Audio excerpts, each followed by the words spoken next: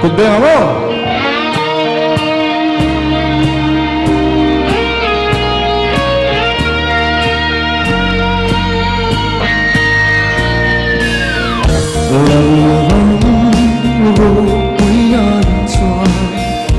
Môi ngả giống aral mấy tri khổ về phiền ngã ô ạt na in ngày ạ lỡ pa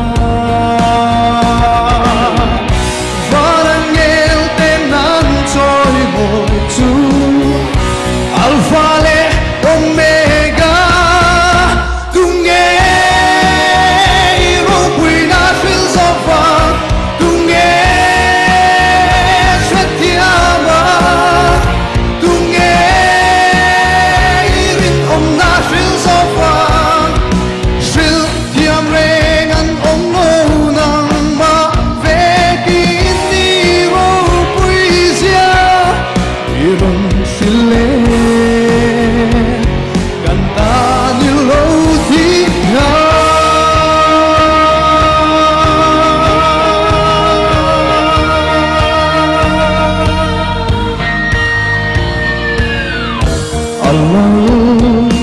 rong êm nhuộm choàng chiều dâu mang mây ngã la lời suy pha khi tôi phan lâu anh nhìn mình lấy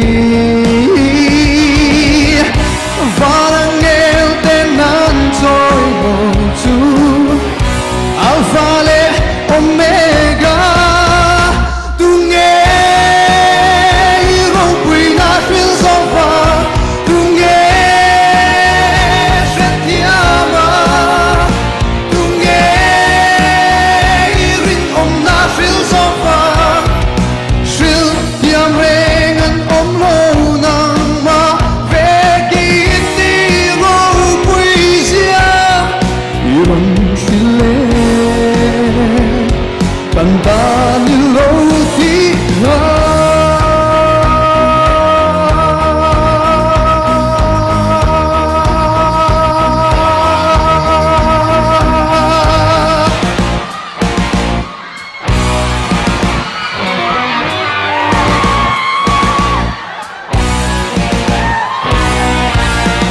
Vâng, vậy lên.